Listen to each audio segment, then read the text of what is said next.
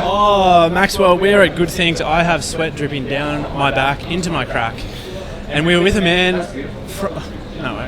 We're with a man from a band that needs no introduction. Marcus Bridge from Northlane, mate. Hello. Welcome to the show. Thanks for having me.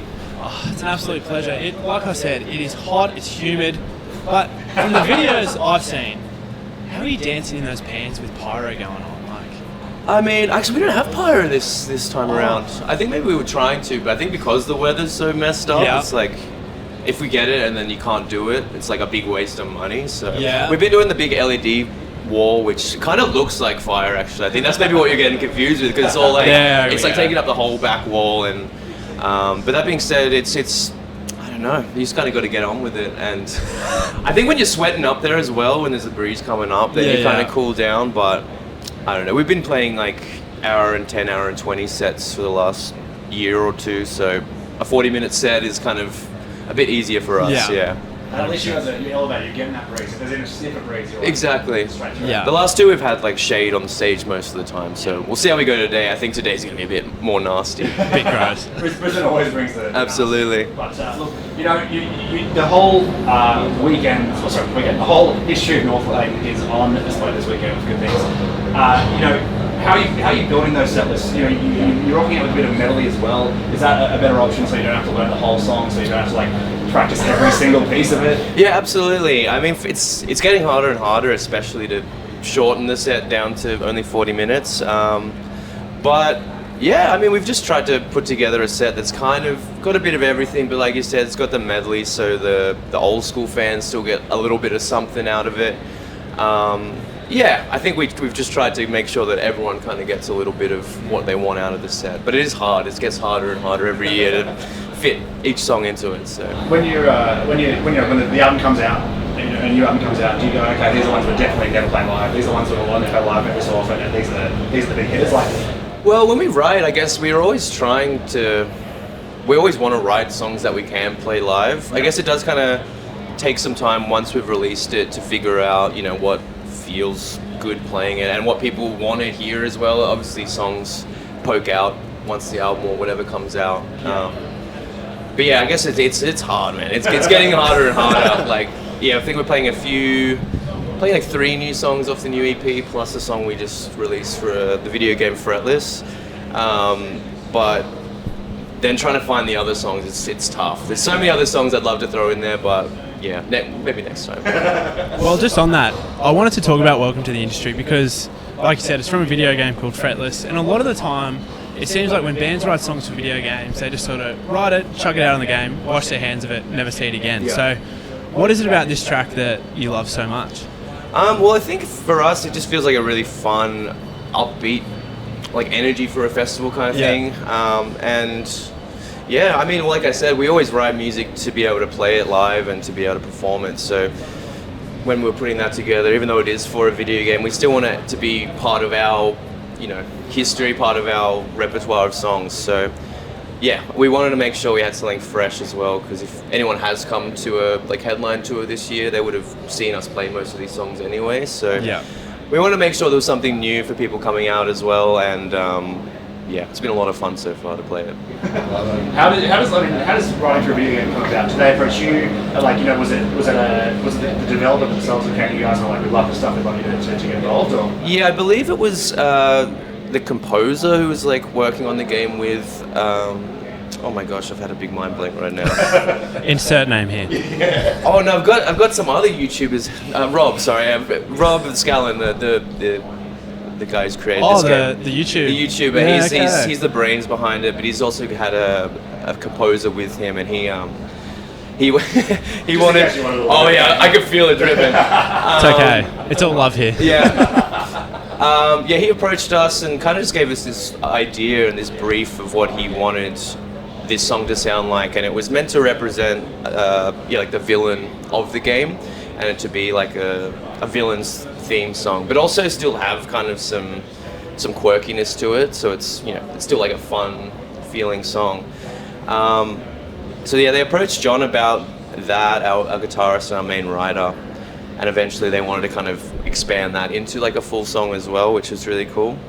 But approaching that kind of thing, it is very different to writing our own song. It's like a lot more freeing, to be honest, because you're not tied down to maybe what you would sing about or the things that you're passionate about in what you're writing. This was just a bit more fun. I could kind of play like a darker character, be a bit more like villainous, and talk in a way I usually wouldn't in songs. So for me, that was like a fun challenge and experience. But yeah, it's just something different. And did you guys get to see any of the visuals and stuff before you like got to writing, so you knew what you were sort of? Yeah, there was some demos and stuff out there, and they kind of gave us a brief about what the vibe of the game was. It being about this evil record executive and kind of record executive. Yeah, and then them just these musicians trying to defeat that. So it felt like just a fun, quirky kind of thing to do. Oh yeah. Yeah. So I take it you're a bit of a video gamer then. Is there a game on the bucket list that you'd love to approach Northlane to be like, we want you to... Oh, yes.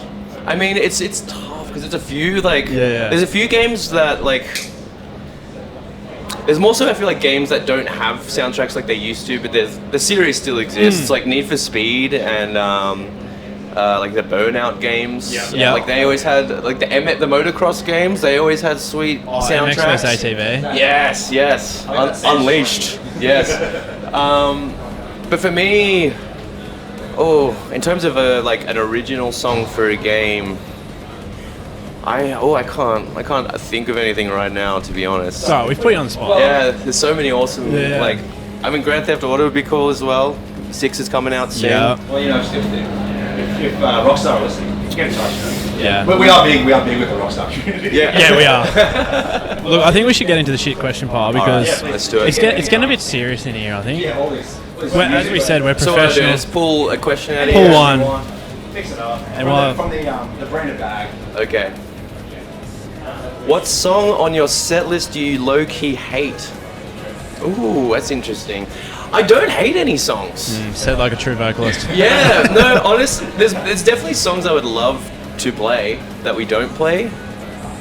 But I really enjoy playing all the songs. I guess if anything, Dante is like really tough. Yeah, I was gonna say, if you're gonna like vocally. Yeah, that's for me. It's like some days I'll be like, I hope that note's coming. But it's still fun to play, so I don't hate any of the songs in our set. Yeah. Okay.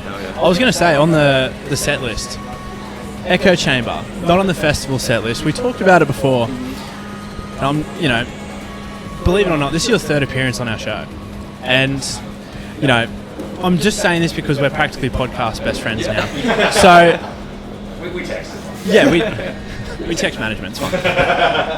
But, are you trying to hurt me? Is it going to come up in the full set headline? Like the Echo Chamber? Yeah. Echo Chamber's not going anywhere. Yeah. I don't think. Yeah, like we love playing that song. Once again, it's just a matter of having to find the right songs to play, and there's a lot of new songs we want to play. But yeah, it's not going anywhere. That's a fun one to play. That being said, I'd probably put that into the... Okay. It's just more so because it's like... It's the same thing. It's just like high notes. That like, on a bad day, I'm just like, oh, come on. I hope they come out today. Yeah, exactly. That blend of festival and video game, things like Fortnite Festival and where they have the virtual moments. I'll say that actually. I'd love to be in Fortnite Festival. Okay. Doing like one of those big animation gigs thing. They're so sick. Anyways, sorry. That's pathetic because when you hear from a lot of artists who they approach to do shows and that, and the artist has such a say in like how they build out and what those experiences are. I mean, obviously you do a bit of gaming yourself. Yeah. What kind of experience do you think Northlane would bring in something like that, where there's that interactivity, but also it's still like influence from you to an audience? Yeah, I think with all of those things, it's so cool that like with all these artists having a vision or like a broad idea of their artwork or their appearance. Like I remember seeing the Travis Scott one when they did that Astro World thing was nuts, but it fully encapsulated like that album and what he was doing. Same with Lady Gaga. Like all of these things, they're just like such a good opportunity to expand your visual I don't know, like your visual art, I guess. Yeah. And to be able to do something like that would be cool. Like, I feel like it would be very futuristic, like Matrix-y vibes, cyberpunk, Oh yeah. robot crap. I mean, there'd be lots of cyborg stuff going on. But yeah, I don't know, just the fact that that's a thing these days and you're able to kind of implement yourself into a video game as yourself performing is kind of insane. So I would love to do that. It would be really cool. I imagine it'll be the first time that Peter Griffin and Batman have been in the Northman. Absolutely. Oh my gosh. Darth Maul in there as well. Well, we're here for a good time, not a long time. So make sure to go and stream Welcome to the Industry and Northlane's recent EP, Mirror's Edge, from early in the year, April I think it was. Anywhere you get music, and while you're there, go play Fretless. Hell yeah. And get ready for Fortnite Festival. They're ready to go. Oh, I wish. I wish. Marcus, thanks so much. Thank you. Cheers.